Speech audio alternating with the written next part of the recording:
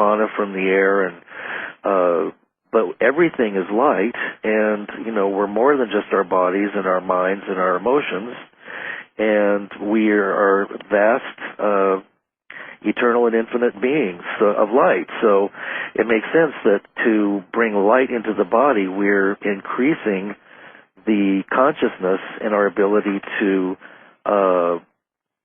be with that which we were born to be. That's exactly it. It's, just as much as we can sit there and say, the government's doing this and, there's dark forces doing all these other things, there are light sources and there are white masters that have released information and disseminated these incredible alchemical transformational arts that if all we did was to practice them, we would bring more light into our system and wake up. So it really becomes, especially in this era of the Kali Yuga where, there's so much literature about how this Iron Age is going to be set up, and it all really becomes about personal choice. This information is available. And what we have to do is simply access it and practice it and choose it as part of what we do and part of our operating system, and things start turning around.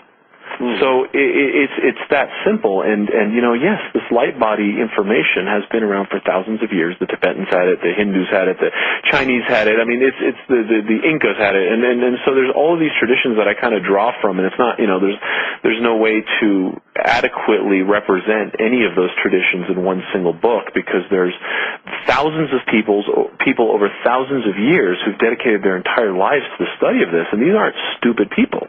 Right. And so there's enormous schools of thought that have really dedicated many years and many traditions to just this understanding of our light body and who we are and how we activate it and how we can use prana or consciousness or sound or toning and a plethora of different ways to really bring this light into our system. And more importantly, there's a lot of people, when I started teaching Qigong in Southern California, I'd get a lot of these individuals that would come in and say, yes, Qigong, I need more energy.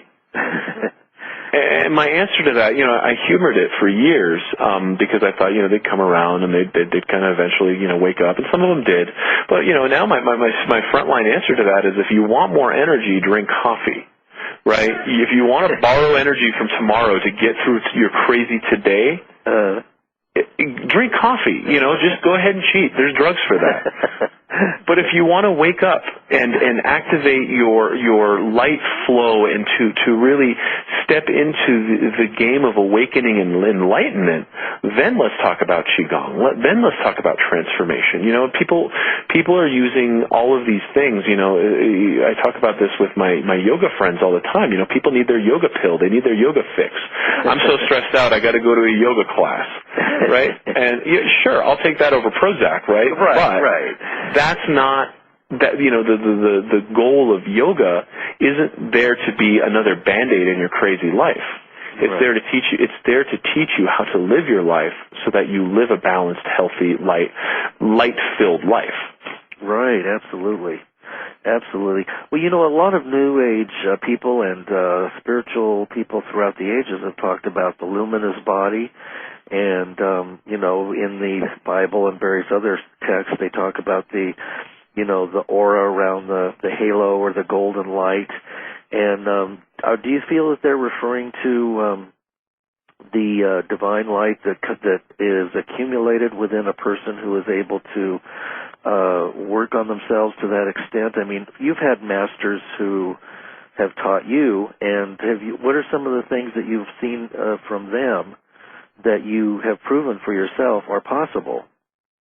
That's a great question, because a lot of the information that people are running off of in these spiritual communities, a lot of them are running on faith. You read these stories and you say, "Wow, that sounds incredible." The guy flew 13 stories and threw an energy ball at a demon, and it sounds like Superman, right? So these traditions have their myth and their lore and all these types of things.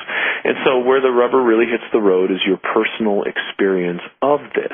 And what I can say to that is, I've been fortunate enough to witness some amazing things, but I've been more fortunate in that my primary teacher had been very adamant about not getting me excited about the fireworks so that I can continually do my own practice and wake up to what's really important and experience this thing called the light body, experience this thing called the energy field, which, to answer the first part of your question, absolutely. The real issue with this energy work isn't about accumulating more light and accumulating more energy. That's not how things work. Light and energy are moving through us, through every cell, every atom of our body at all times. Mm-hmm. So what really gets in our way is us. Right? So a lot of the basis of this energy work isn't, this accumulation game, like this capitalistic kind of view of how people are seeing Qigong and yoga and these things. It's like, what can I acquire out of it? Right. But it's about getting the heck out of your own way, right? And really allowing the impedance or the blockage of this energy flow to become resolved and waking up to who you are more and more. And the more you open yourself up to the enormity of who you are, and the more you start to get out of your own way, and the more your self-image starts to kind of coincide with who you truly are, then the more light and awareness is moving through your field, and the brighter and brighter you become. So it's a letting go process.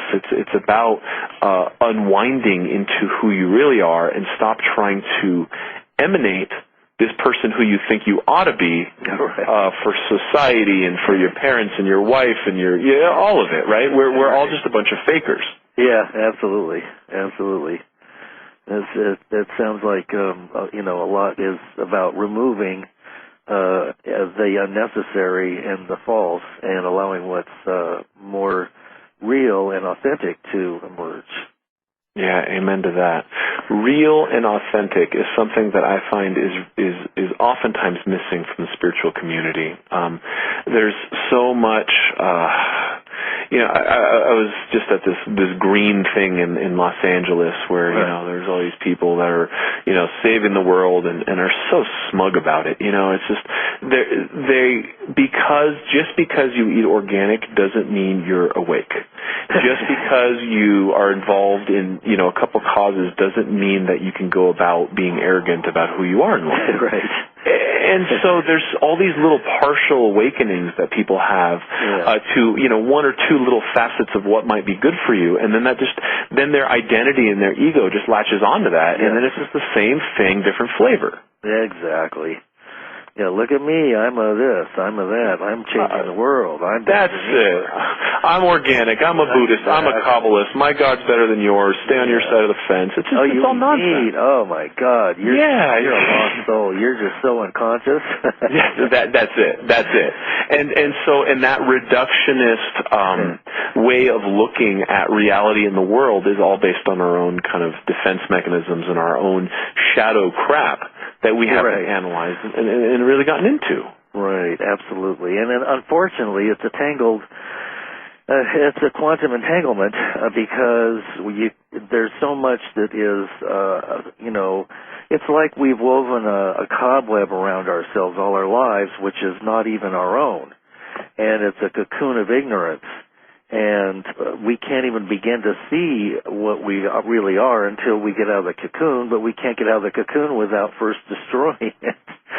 That's it. Well, and so, unraveling it, so to speak. Well, that's just it. And to that point, someone could listen to this conversation and say, hey, you know what, those guys are right. I'm going to unravel this cocoon. This whole thing just doesn't make sense, and I'm just going to, tear it apart. And then what? Right? And so that's where people tend to fall is, okay, I understand what you're saying, that kind of makes sense to me, but I don't really know what to do with it. And so that's where the ancient traditions come in, and that's where some of these tried and true practices come in. I've found over the years that what has worked for me is all I can really vouch for, right? But what has worked for me is that you have this understanding and you start kind of opening up your consciousness to understanding what the world's about and what life's about and how maybe you're getting in your own way. But that cocoon, that kind of crystallized matrix of gunk that holds us entrapped, that's where Qigong and some of the energy work and the yogic practices really come in.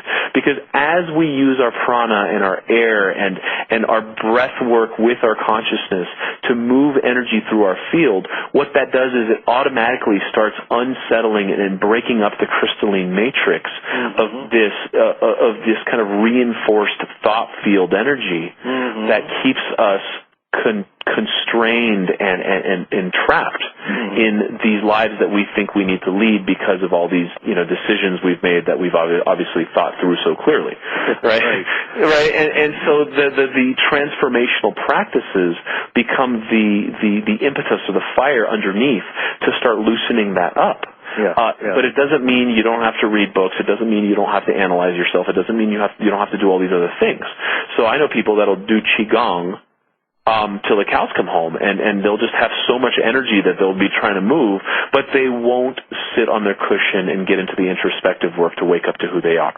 Or someone who meditates all the time, who is so stagnant that they could stand to do some energy work or some exercise or some things. So, we live in this postmodern, deconstructionist type of, time where I readily take from whatever traditions that have something valuable to offer. If I have a particular issue in my life that I'm feeling stuck with, I will use whatever tool that's available to me to help unravel that so that I can move through it. I'm not going to sit there and say, well, I'm a Taoist and that's Christian. Right. And we don't do that. Right? That's just Kali Yuga nonsense. Right, exactly. Well, that's one of the things I like about your book and about your writings and about what you're doing and teaching is that you're multidimensional. You're not limited to any one particular thing, although you are a master of many.